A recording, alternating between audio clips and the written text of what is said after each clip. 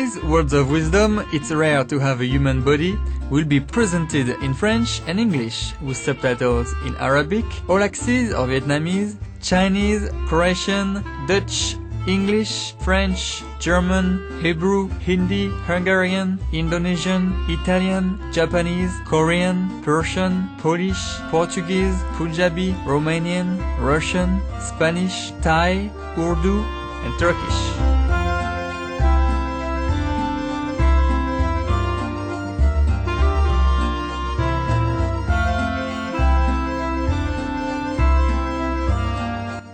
Connue pour sa déclaration des droits de l'homme et du citoyen, la France est un pays qui a mis en avant les principes de liberté, d'égalité et de fraternité.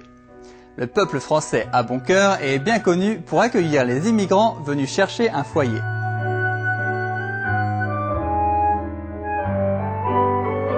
La nation française a eu une influence positive sur de nombreux pays à travers sa législation et son excellence dans de nombreux domaines. Par exemple, dans le domaine de l'exploration, les Français ont été à l'avant-garde de l'aérospatiale avec les frères Montgolfier et leur célèbre montgolfière qui a permis à l'homme de s'élever dans les airs.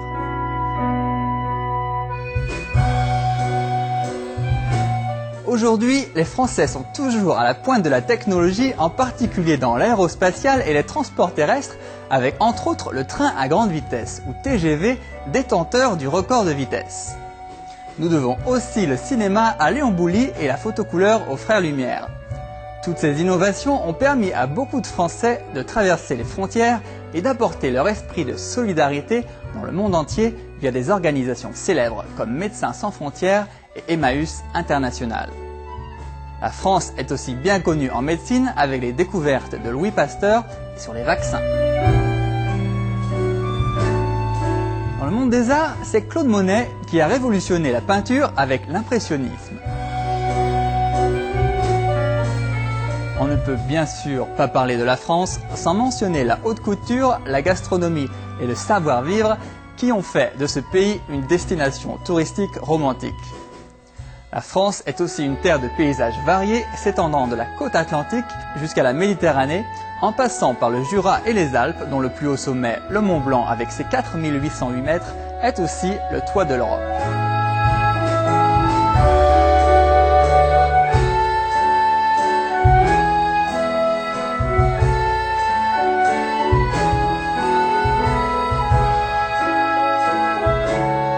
Au cours de sa tournée mondiale de conférences en 1993 et suite à l'invitation de sincères chercheurs de vérité, Maître suprême Ching Hai accepta de se rendre dans cet ancien pays de romance et d'histoire colorée pour partager sa sagesse et sa connaissance de la vérité. En décembre 2007, Maître suprême Ching Hai est revenu en France pour un séminaire. Nous vous invitons à présent à écouter la discussion suivante entre Maître suprême Ching Hai et les membres de notre association intitulée « Avoir un corps d'humain est rare ». C'était à Paris, en France, en décembre 2007.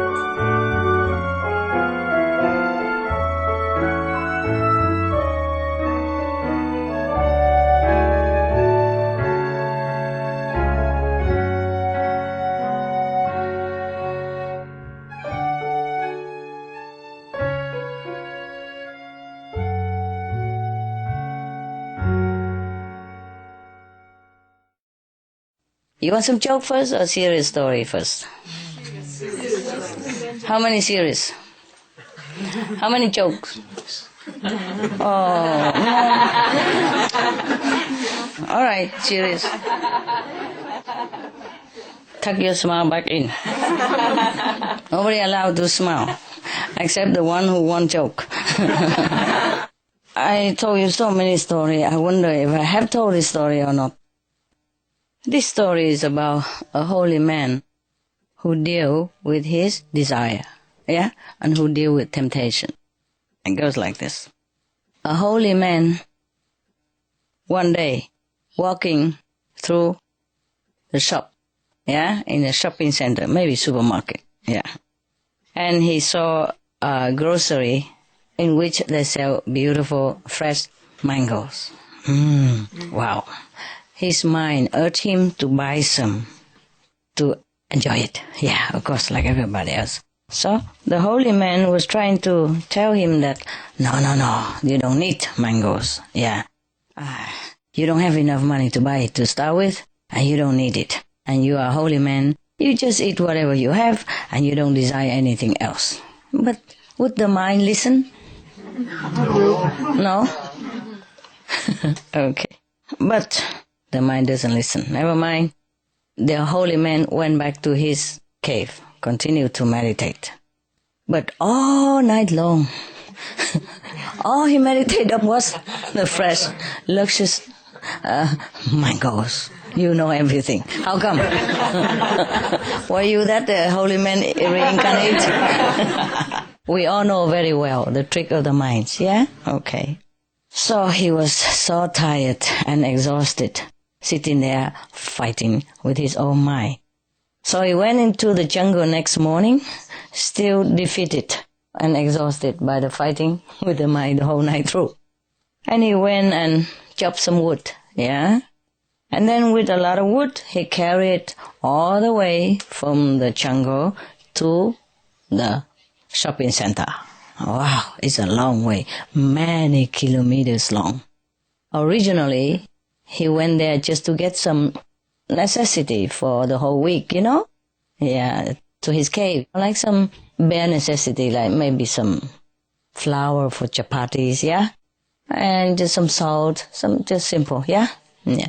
I tell you, I know this very well too. I was in India, nah? I didn't have enough money at that time, nah? I just had what I saved with me, yeah? It lasts for a while in India, but it's not forever, and I know my limit. So every day I allow myself like maybe 2 rupees. You know how much that is? Maybe 10 cents. Okay? 2 rupees is fine. You know, you can buy flour, you can buy some salt for chapati, and you buy a cucumber. And tomatoes, sometime like that. So what I do is I buy a jar of peanut butter, some flour, and those very flat plate which I can use to eat and cook tea and bake chapati on it. So he carry the heavy wood load to the bazaar, which is a very long way, many kilometers. You know how holy men in India, they live up in a mountain somewhere, yeah, in a cave somewhere. And to go down to the mountain, you know, to the bazaar, take long time. They mostly live far away from it all, because that's what they want. Yeah, but then it's inconvenient when you want to have something, huh? And nevertheless, he carried a heavy wood load down to the mountain. And then he's very tired and exhausted. But he doesn't give himself rest. He keeps telling himself, you want the mangoes, you work for it. Now you carry the wood and you don't complain. And the mountain road, you know, very difficult, but he make himself do it. Okay, there you are. He came down to the mountain. At last, he sold the wood, exchanged it for money, and bought some mangoes. And then he went back to his cave, in the forest. And he put it on the stone in front of his cave and he said, okay, you just look at it, okay? Because I know you very well. He talked to himself. He said his mind. He said, today, you want me to buy you mangoes. Tomorrow, you will want something else, yeah? Melons. And the next day, who knows, you might want to buy a house, and then you will want me to have a wife to take care of the house, and then that's it, finish of my story, end of my life. I know what you want. That's what you want, hey? I'm showing you. That's not going to happen. Okay. Becomes a wife, and then come the wife, and then the children, yeah? Yeah, and then the birthday, and then the death day, and then the marriage of the children, and then the grandchildren, and the marriage of the grandchildren, and forever. Never done. Never done. I will be then your slave. Yeah, at the end of all this. So he just telling that. And then just when he was talking to his mind like that, person passing by, yeah, his cave. So he called him, hey, buddy, take the mangoes. It's yours. So, of course, the traveler was hot and thirsty. And, immediately, are you sure, sir? Oh, yes. Oh, I'd be happy to take them all. He took them all. Yeah, even eating some of them in front of the holy man. Wow, poor holy man must be mouth-watering. Ah, poor guy. He worked so hard. He should have deserved it. You know, at least he go and cut wood, no? But he doesn't want to do it again, huh? Suppose next day he want apple, huh? And then he have to go cut wood again, huh? And then just by the habit of following the desire of the mind, who knows where it leads him, yeah? Remember the story of the yogi who had just a cloth to cover his milk plates, yeah?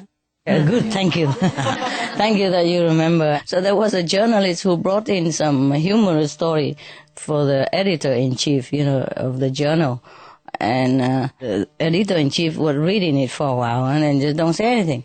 So the journalist asked him, oh, why didn't you laugh? It's a very funny story. He said, I laughed last year, no?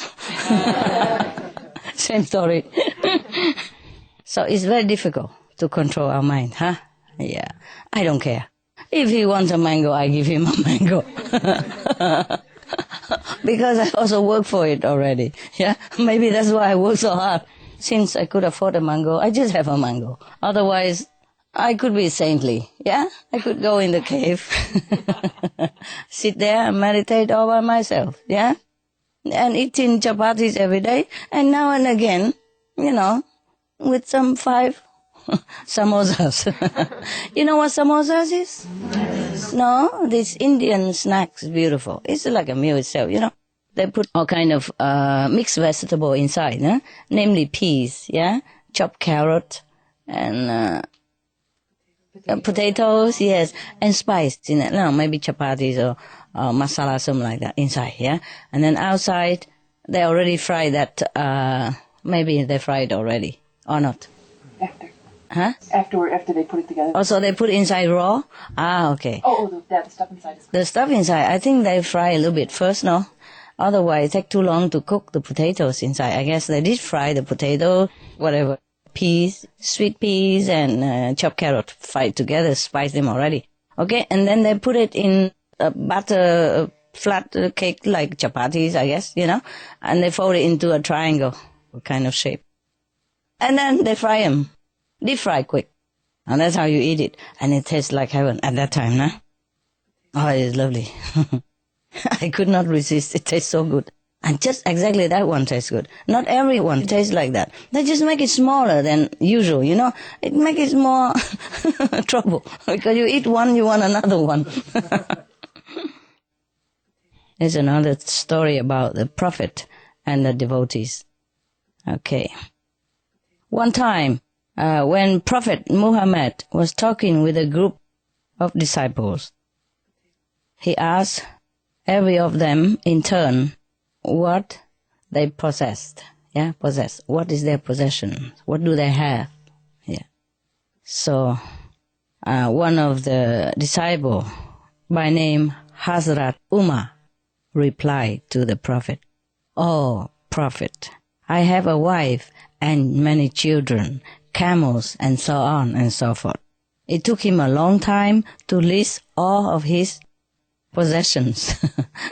Yeah, maybe camels, and then coconut tree, and palm trees, and dates trees, and, what else, house, hotel, room for rent, whatever, yeah. Take a long time, okay.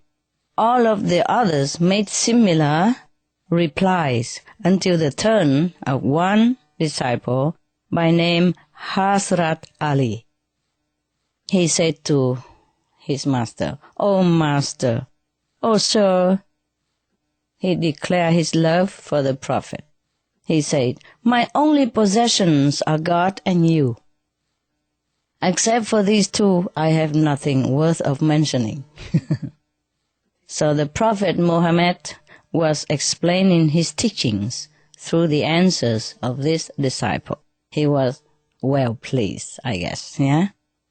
Saying that worldly possessions count for very little. We have them for a short time only. They do not go with us to the world beyond.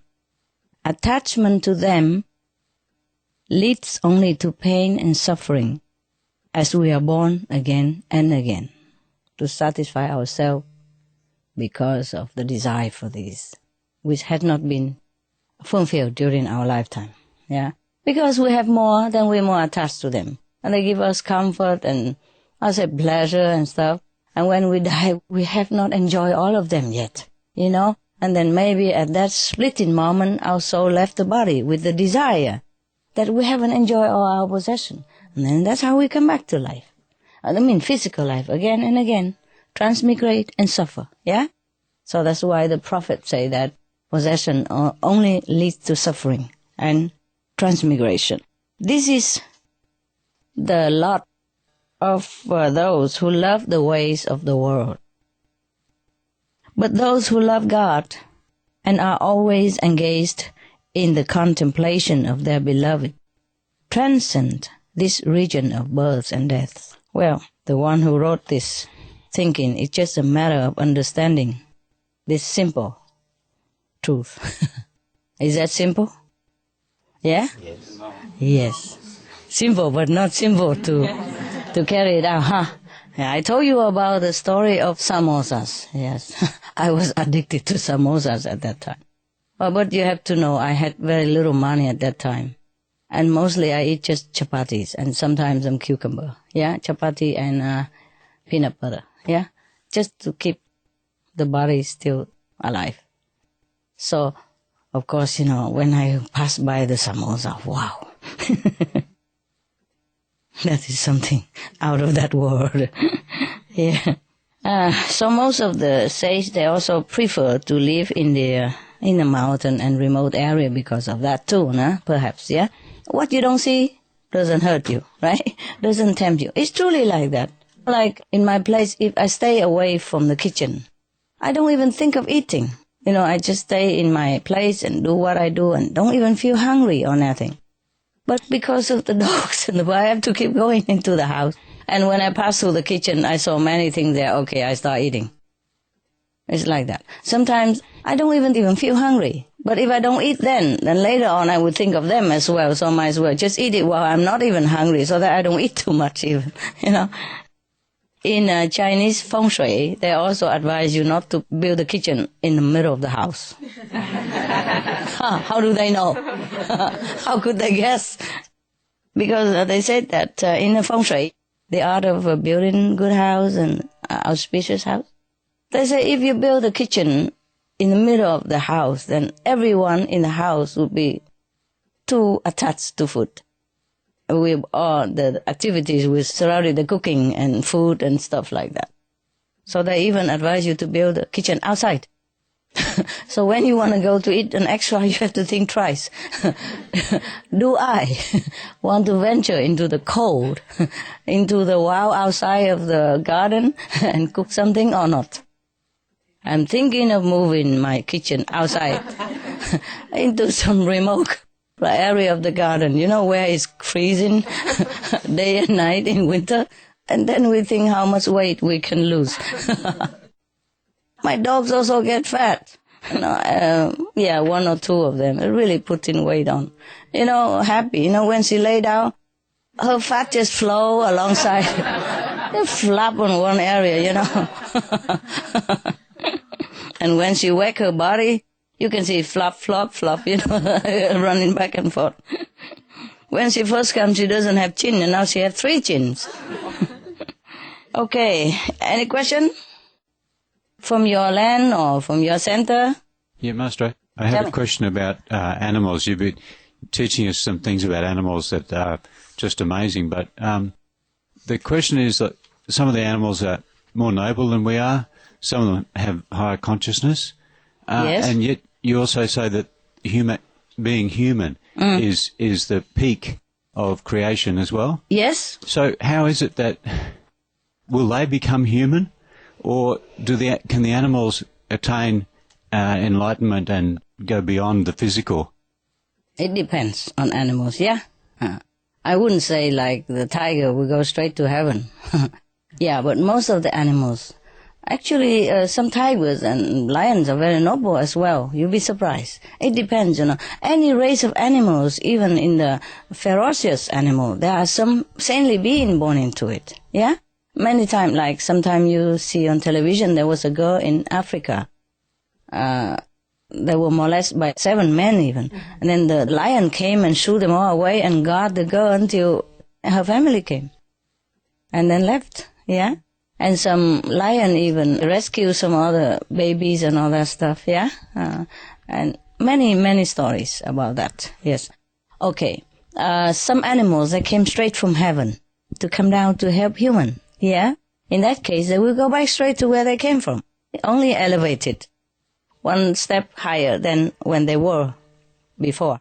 Higher heaven or higher level of consciousness as a reward from heaven. Human is higher in the way that we have many choices. See, we can choose to be noble, yeah? We can rescue any other human when we want to. We can help our neighbors. We can share our possession and our labors, our love, anything we want. We can be heroes, yeah? We can choose to be vegetarian or non-vegetarian. We can choose to be a saint. We can choose to meditate on God and elevate ourselves anytime. We have that privilege, yeah? Animals, they have very few choice because of the nature of their species. For example, the dog, sometimes they come here, they could rescue other people or do something else. But they're with you, and they're limited to what you want them to do. They don't have much choice. To be reincarnated into animal kingdom is easier. To be reincarnated in the human world is hard. Okay? You need, I told you before, human quality, yeah? You have to have enough human quality. You have to have affinity with the parents, yeah? And with the society, with the people around which you were born. And very difficult. So the Buddha say that there's a blind turtle, you know. Only once every 100,000 years he came up to the surface of the sea. And at that time there flow a piece of wood, you know, toward that place. And there's a hole in it. And the blind turtle happened to just put his head through that hole. And that's how rare it is to have a human body. And humans have lot and lot of choices. And it's a pity if we don't choose well. Animals, they are limited. For example, if a bird want to come down and help human, it's difficult for them. As soon as they come down to the human world, they get eaten. Or they've been captured and then put in cage or sold or die meanwhile, something like that during the process. So humans are very privileged, yes. Because of what you have done in the past, perhaps you've done something good, that you can choose a human body, okay? To be a human, you need some merit. You have done something good in the past in order to be able, yeah, to be able to pick a human birth. Yeah. Some human, although maybe they're saintly, nobly, but maybe they haven't done those human merit, so they don't have enough choice. They have to be born as animals. Whatever they want to do, they have to do it with that body, which is more difficult. Human, we have brain, we have hand, we can do all kind of tools, we can invent a lot of things and make our life comfortable and help everybody else or animals, but most of the time we don't choose it. Yes. The human, before they came down to this world, they all promise that, okay, I will walk the way of God. I will walk the way of love. I will correct my mistake in the past life. I won't do it again. I definitely will not. I will do the opposite. I will do good. I will be generous. I will be kind. I will be compassionate. I will do this. I will be a hero of humans and animals. I will lay down my life for the needy, for the weak and the small, yeah, for the animals even. But when they come down here, forgot. And the force of the previous bad karma come pounding upon them also, together with the fixed bad karma of this lifetime. The fixed bad karma of this lifetime is the one that they are born with. They have to pick up some bad karma to be born with, yeah? That's the price they have to pay to be a human. They have to struggle to be good. It's not easy for them that they're born and then everything there, and, you know, they have enough wealth, they have enough strength, and they have just unchangeable compassion, you know, and then they will always do good. And they will always part with their money easily. It's not like that. They have to pay the price. That is struggling with the obstacles that they are born with the karma that they are born with. with what they did in their last life. They come back onto them. And they have to struggle against that, to do the opposite. Many fail miserably. And then have to come back again, promise again, but this time we double. The bad karma of the past life and the life now will come back on them on the next future life. Be harder and harder all the time. So you see how poor the human is, yeah? And if they don't have any guide to show them, to remind them, to support them mentally and physically and spiritually, and the congregation of saintly people will have the same goal, same minded, then they fail miserably. Many people fail. You see? Give in to the force of bad karma, of the mind. It's very difficult. Thank you, Master. Sorry. Is that clear enough, love? Yeah, that's beautiful. So we should really look at animals as our benefactors who've come here to help us. They do help, yeah, a lot. Yeah, even though we've got the tough job. Yes. But we should look at them quite different to what we do now. Okay, so you want to look up to them now? Yeah. That's good. Okay, many animals, they help invisibly, you see, but their help is limited. You see, for example, I have a neighbor who has a horse, okay? He is quietly ward off negative influence, ward off negative people. But nobody knows that. And he's limited to where he is. The neighbor has him, but he has the style for him, and then a fence, yeah, you know, we only run up and down in that square meters, you know. And he eat the grass in there, and sometimes don't have anything. And they eat, maybe in the morning they feed them and then let them out all day. Nothing to eat until 5, 6 o'clock at night. And then inside probably eat then and then go to sleep. Something like that. And even though he wanted to help humankind, but he's limited to helping maybe only me as his neighbor and his own family, who's caretakers. Does the horse have any awareness of his job? Oh, sometimes yes, sometimes no. He just do it like the sun shine on you. Okay? Thank you. The sun will not proclaim anything, will not think anything. Like you're breathing. Yeah? You don't aware, but you do it. Yeah. That's just an example for you, huh? And for example, the swan, yeah? Is helping me to tell me some other stuff, yeah? Something about who's bad and all that for me, or who I should not have. But I have them in any way, bad or not bad. Because, well, that's the way I do. But I do appreciate, she told me, yeah? For example, like that.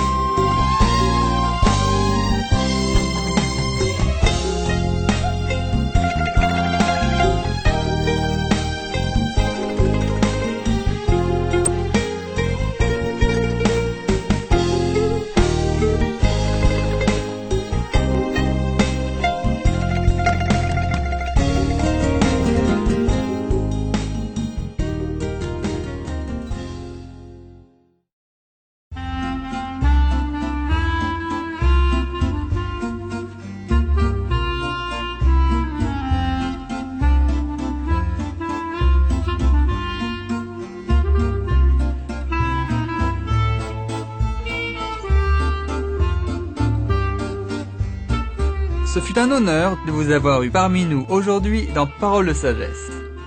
À suivre, c'est musique et poésie sur Supreme Master Television, tout de suite après les nouvelles exceptions. Alors restez avec nous. À bientôt et que Dieu vous bénisse.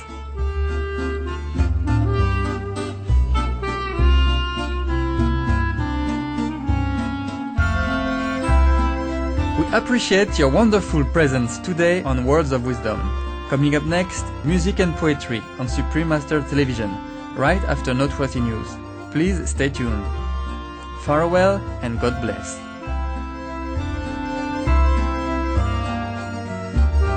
For more details, please visit www.suprememastertv.com/WOW.